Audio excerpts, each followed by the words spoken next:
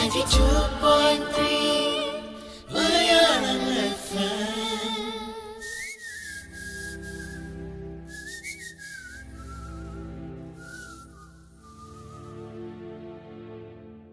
അപ്പൊ ഓസ്ട്രേലിയയിൽ പല ഹോസ്പിറ്റലുകളിലും വർഷങ്ങളായിട്ട് സൈക്യാട്രിസ്റ്റായി ജോലി ചെയ്യുന്ന ഡോക്ടർ നഡീഷയാണ് ഇന്ന് ഇവിടെ എന്നോടൊപ്പം എത്തിയിരിക്കുന്നത്. അപ്പൊ അദ്ദേഹത്തിന്റെ കാഴ്ചപ്പാടുകളും അദ്ദേഹത്തിന്റെ നിർദ്ദേശങ്ങളും നമ്മുടെ മെന്റൽ ഹെൽത്ത് ആൻഡ് വെൽബീയിങ്ങിന് ഗുണകരമായിട്ടുള്ള പല കാര്യങ്ങളും അദ്ദേഹം ഇന്ന് ഷെയർ ചെയ്യാൻ എത്തിയിട്ടുണ്ട്. അപ്പൊ നമുക്ക് വിളിക്കാം. Hello doctor Nadeesha, welcome to our 92.3 FM. Very, very nice to be here. Thank you so much for having me. Thank you for your valuable time. You know, Mr. Nadisha, I have done few interviews in our FM radio with some psychiatrists from Melbourne and, India, but language was like in our mother tongue called Malayalam. But I have received many feedbacks from the youth, young generation. They were requesting they want to hear something in English. So, well, we can definitely do that. Yeah, so I found a great person today. That's you. And who predominantly working in mental health hospitals and amazing experience as a doctor in many years, yeah? Yeah, several years now. Would you like to introduce, please? Yeah, definitely. I work as a psychiatry registrar, so that's a psychiatry doctor who is currently in the specialist training program. Yeah. I work in New South Wales. I also have a lot of experience in mental health advocacy work. It's a very big passion of mine. I'm currently, in terms of my day job, I'm working currently at Bankstown Hospital, but I'll be working in various different hospitals as well, in the inpatient units and in the community teams, where we look after the wider community. Okay. Yeah. Oh, that's really great. We are so happy and lucky to have you in our FM radio. Our worldwide 92.3 FM audience are waiting to hear from you. Would that be okay to start with some questions related with mental health and well-being? Yes, of course. So, so there are lots of issues related with mental health and how we can manage or how we can support in the community and a few things. As a doctor and psychiatrist, your perspectives to advise the community and even individuals. How do we look after our mental health and at the same time others' mental health? So no, that's definitely it's a very important question.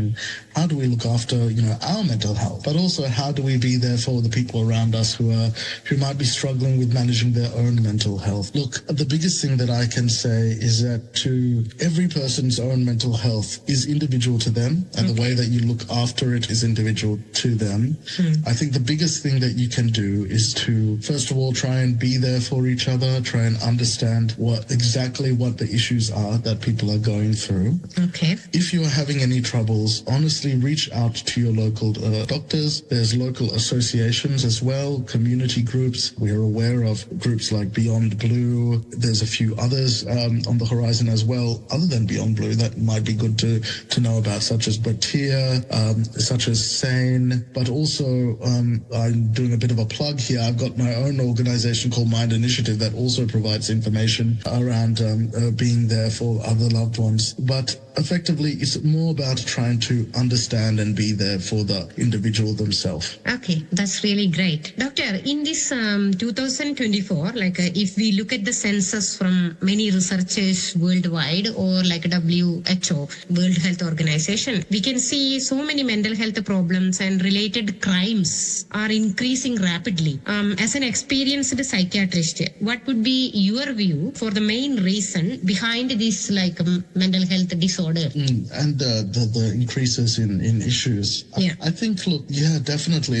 First of all, I agree that there's been such an uptick in what we call prevalence of mental health disorders or mental illness. I think, as you mentioned before, the World Health Organization statistics, even at home, we've got statistics from the Black Dog Institute and the National Bureau of Statistics that suggest that 2 in 5 people are suffering from a mental health disorder in Australia. That's a very big number. 2 out of 5. Out of 5, yes. And that number is actually, what is alarming to see is also, I think that this is important to see, that it's actually larger in culturally and linguistically diverse groups, in groups of people who, especially in immigrant families who have come from overseas. I think that the main reason for a lot of the mental health issues that have come up now cannot really be pinned down to one reason.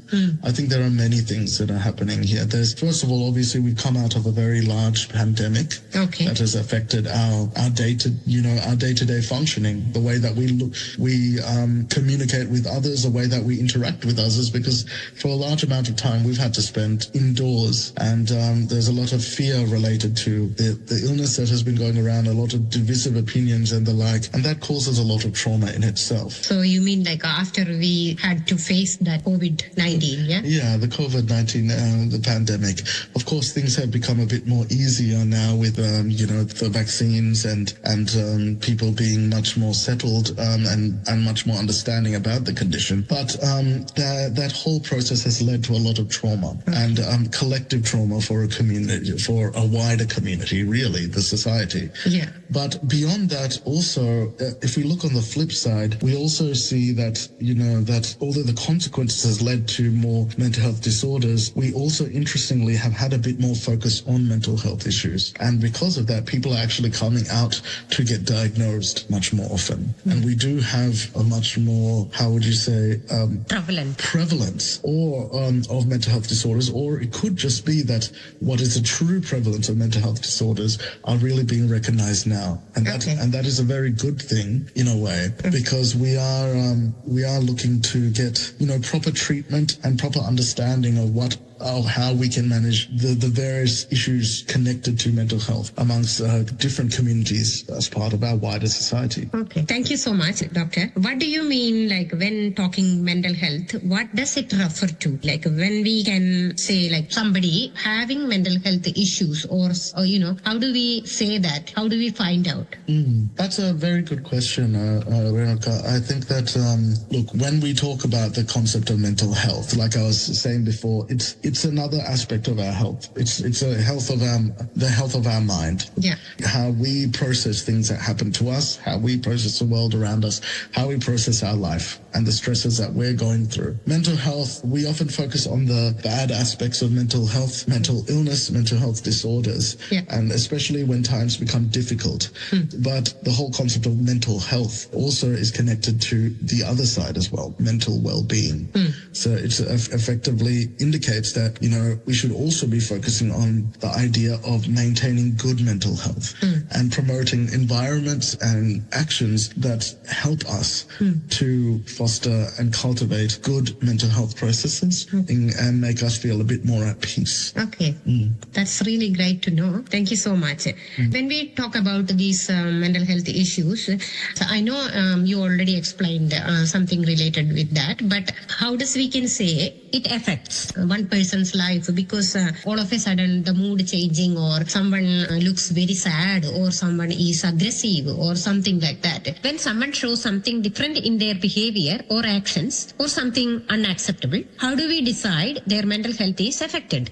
So how do you say that? How we can say that? That's a very good question as well. I think that it's interesting to see that when a certain situation has happened, many different people might react differently emotionally to it.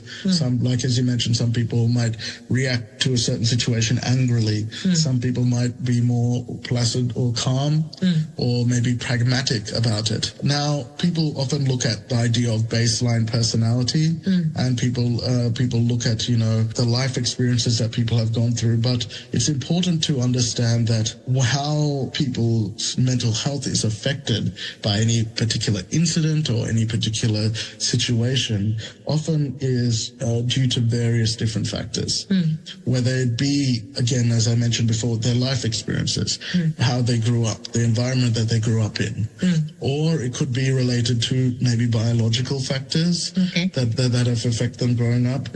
But even beyond that, maybe it was also impacted by the effects of the environment that they're currently in, and the environments and the situations that they've been in recently. Okay. So effectively, there are many different ways to look at it. Often, as psychiatrists, we often look at the way that a person's mental health is affected or by a certain situation can be looked at from three major different sort of models. So the one is the biological factors, psychological factors, as well as social factors that impact their mental health. Yeah. Okay, thank you. We just had a conversation about, how it affects in their behavior.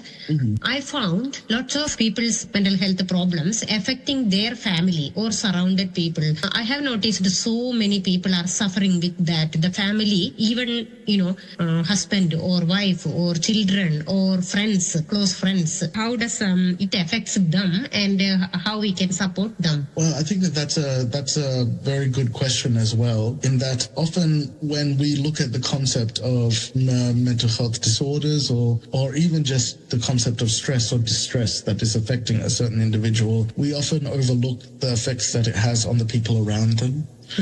Like as you mentioned, their family, their friends, their significant others. It's like a chain, yeah, contagious, yeah. It's like a chain, it is, yeah. And I think that the important thing is that to understand that it's important for them to understand how to be there for this person. It's important to consider how they're affected as well, because ultimately its own sort of group and community of people that feed off each other emotionally. And I think that it's important that we are there for each other and help to build an area of support and understanding. The best way that we can do that is to create programs that are readily available for people who are supporting others who are going through mental health issues, whether it be certain disorders or illnesses, or whether it just be a very stressful time at a period of time. Giving them the resources and the information in a way that will help them to feel supported and understood. Now, there are many groups that do that, as I mentioned before, Beyond Blue, Black Dog Institute, and the like. Again, I wanted to plug the organization that I'm working for called Mind Initiative, where it's an organization that really works towards creating more tailored programs for people in different communities to understand what others are going through. Okay, thank you, doctor. Yeah. So, when we talk about lots of different mental health issues like mood disorders or anxiety or schizophrenia or depression, can we say any specific mental health disorder is dangerous or, hardest to deal? I understand that there is a general beliefs and about in society about certain conditions maybe being considered dangerous or certain conditions being associated with the concept of people being crazy or unhinged, especially the conditions related to psychotic disorders like schizophrenia. But the truth is that the mental illness is effectively an illness, and especially when they're chronic disorders, where people who have any sort of condition are able to live healthy, safe, and productive lives if their condition is managed appropriately. Doesn't matter whether that's depression, anxiety, or schizophrenia. Thank you, doctor. If they get the treatment at the right time, it will be good, right?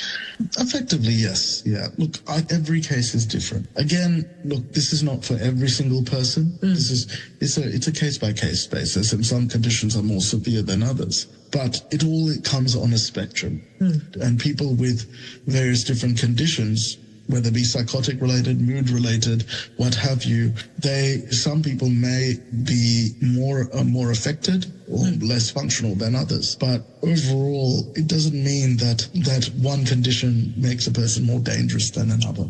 So I can't speak for every single case, but for a lot of cases Are treatable, yeah. So when people are on appropriate treatment, people are able to lead productive lives and be their true selves. In fact, because again, it's important to recognize it as an illness. I know it can be difficult at times, but it's important to recognize it as such. Okay. So, what are the risk factors in individuals or communities when there is an increase of mental health problems in the community?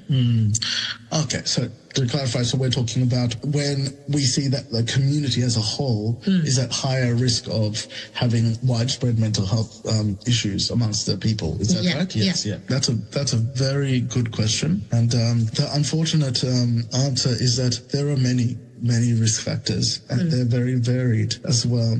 So effectively, on the more evident and obvious side of things, if the community as a whole goes through a gigantic, collectively evident traumatic experience that effectively changes the way that day-to-day function or the sense of identity of the people within that community, it is very jarring and can really increase the chance of sense of instability. That time, is there a chance of like suicide happens? Well, again, I think that, look, when there's a sense of in general instability, that there's an increase in all sorts of potential outcomes. One being when people are having more distress, when there's a general increase in mental health issues, there is a higher increase in suicidality as general. So effectively, for example, again, as we mentioned before, the recent COVID-19 pandemic, also this can happen in various different groups of people as well.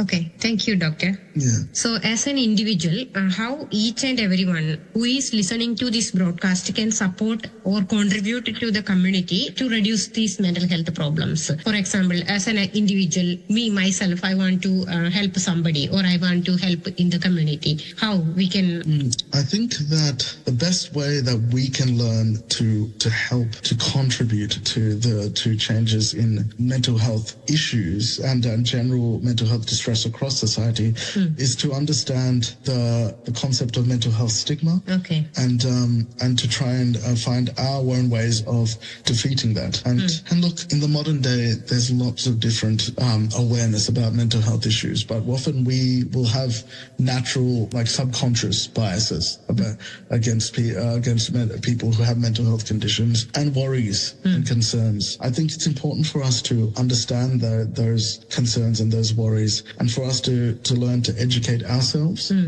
and to know about the resources that are out there, and to learn how to engage in learning on a day-to-day basis, and then through our own learning, try to learn about the individuals who are going through these conditions. Okay. So I had received so many questions from our audience about these mental health, and they had to deal lots of stress related things. Some people dealing stressful situations through yoga, some people dealing it like enjoying their hobbies like gardening or something. So as a doctor and experienced psychiatrist, so you already worked with so many people who is suffering these problems in everyday life. So what is your advice to each and everyone about dealing normal stress in life, like without accumulating the stress? I think that this is a day-to-day sort of issue, or sometimes even an hour-to-hour sort of issue in terms of the building of stress, I think, in our lives. I think the important thing for us to recognize is that when we're going through various episodes of stress, whether it be, times where the stress keeps on piling on and there seems to be no time to deal with it, I think it's important to recognize that there is always an element of time to give something to ourselves. So try to cut too much overwhelming work or overwhelming things here. Yeah, that's one way of doing it. But also giving us a period of time to just step back and to recognize what do we need in this moment, and to relax. And to step back. Okay, I like it. What do we do in this moment? Yeah. What do we need in this moment? What do we need in this moment? So, effectively, we talk about like yoga. We talk about these things. Those are good for on a general level. But if you're experiencing high level stress in a moment on a day-to-day basis, say something has gone completely wrong at work, things are snowballing, lots of things are happening, and then let's just say things are happening at home as well, and you just don't seem to have the time. There's always a period of time to step back and to realize I need a second or two to do something for myself, even if it is literally 2 minutes or 5 minutes, to just spend time to say, I think I need to step out. I need to have a cup of tea. I need to watch a video on my phone. I need to do something. I need to be able to have a period of separation so I can regroup myself and to understand the feelings that I'm going through. Okay, thank you. As you mentioned earlier, do you think the community organizations like FM radio NGO or Mind organization or other mental health organization, Beyond Blue or something. All these community organizations influence much more. We all can support in the community. I think that, look, every sort of organization has its place in helping the community with dealing with mental health conditions, whether it be the public or private mental health system, or the research-based institutions, or the more community-based organizations.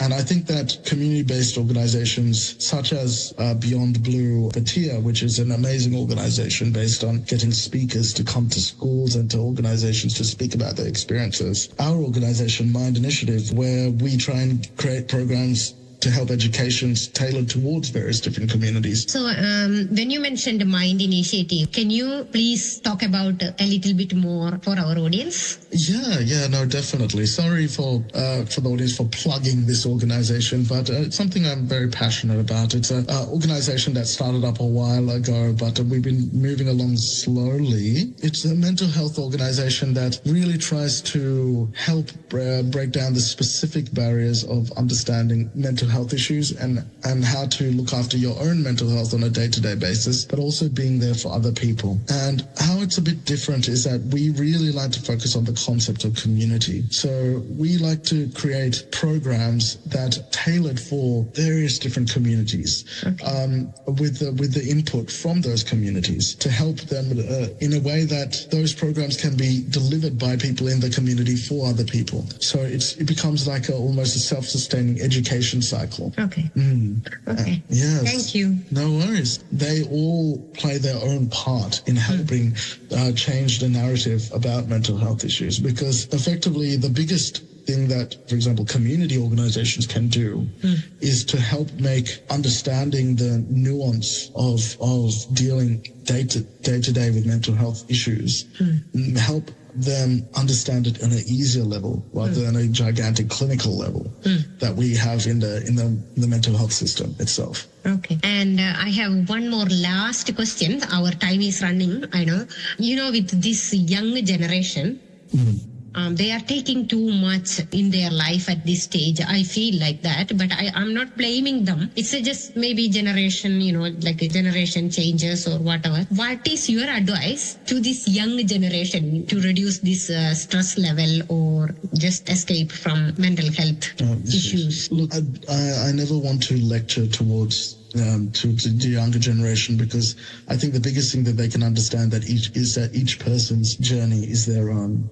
In this day and age, it's very hard to compare, your path in this day and age compared to previous generations, like your parents, your grandparents, or others. It's because in this day and age, objectively, it is more difficult, for example, to achieve certain societal life milestones, such as buying a house or starting a family. The cost of living is quite high. I think the biggest thing that I want to let people know, it's not being patronizing to yourself or being self-defeating, to realize that you can be patient with yourself and to be compassionate with yourself, to truly find out what you want to do, because it's not something that's simple to find out. And not all of us have the resources and things to do that. But I think that if we can try and find some period of time to figure out what we really want to do with our life, whether it takes for 1 year, whether it takes 50 years. Okay, so it means like without comparing others, we have to move forward what we can do. Exactly. What we want to do.